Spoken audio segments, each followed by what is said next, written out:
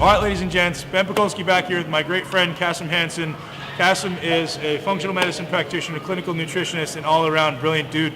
I've brought him in today to ask as many questions as I can about how you guys can make the most of your training and your performance and get the body you want. And he's my go-to guy when it comes to, hey man, how do I do this? Or how do I optimize this? Or how do I make my sleep better, my performance better, my pump better? How do I detox? He's my guy. So, there's guys out there who maybe know muscle function really well. There's guys out there who maybe know protein synthesis really well. Kasim knows it all, and he's my research guy. So when I need something, he's my go-to guy. So we're going to teach you guys about alkalinity and why it's so important to stay alkaline and how to stay alkaline. Three most important things you must do to stay alkaline. Go.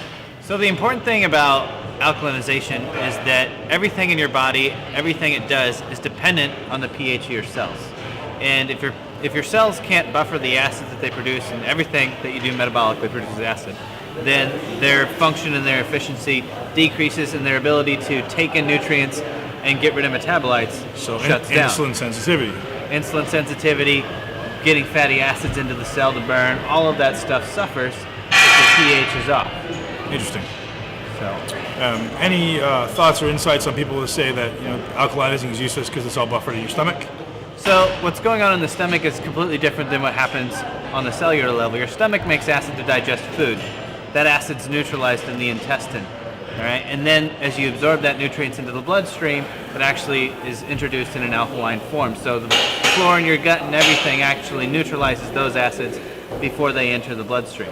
And then on the opposite side, the cells are separate from the blood, and they actually have to alkalize their metabolites before they can excrete it into the blood. So how can I get something past the stomach and make it actually, so if I'm taking like an alkaline food, like vegetables or a lemon, how is that actually getting past the stomach and allowing my tissues and my blood to alkalize? So it's the minerals and the nutrients in that you're actually absorbing, and then you take that into the cell. So if something like lemon juice, which is actually acidic, you're not taking that acid and using it in the blood. Right. Okay? You're taking the minerals that are in that, neutralizing the acid, taking the minerals, and then using those minerals to neutralize the acid in the cell. Right.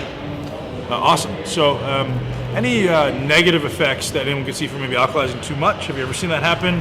And what performance effects can people expect to see from having an improved alkalinity? As far as going overboard, if you're training, it's nearly impossible to get too alkaline because you're constantly making acid with training. Right. The harder you train, the more acidic you get. Now, there are times that you don't necessarily want to be extremely alkaline, such as pre-training. If you're going for a lactic acid stimulus and you want that growth hormone surge, which is somewhat acid dependent, in that case, you're better off alkalizing immediately post-training. Right. Kind of the same idea as taking antioxidants pre-workout. People say, well, antioxidants are good for you, take them all the time. Actually, you don't want to take them before you work out. The suggestion being that you want that oxidative response when you're training to improve the training effect. So, similar idea, I guess. Is there any, massive performance benefits people may see from alkalizing? The biggest thing is your lactate threshold will go up, and your ability to burn off every fuel will go up. So your training performance and the amount of fat that you're able to burn drastically increase if you're more alkaline. Okay, if you become acidic, you actually start to burn more protein than you do the other nutrients, and you become less efficient. So you can take your metabolism, and it has two pathways. It can either make 32 ATP or 2 ATP. And if you're acidic, you keep going down that end where you can only get 2 ATP. Right. And so you become very inefficient, and your training performance really suffers. Interesting. Great. I think that's about it. We're going to wrap it up right there. Let's wrap it up with how often should people alkalize, and should they do it every day or should they do it a number of times a day? My personal opinion is in the morning and post-training should be the minimum. Okay.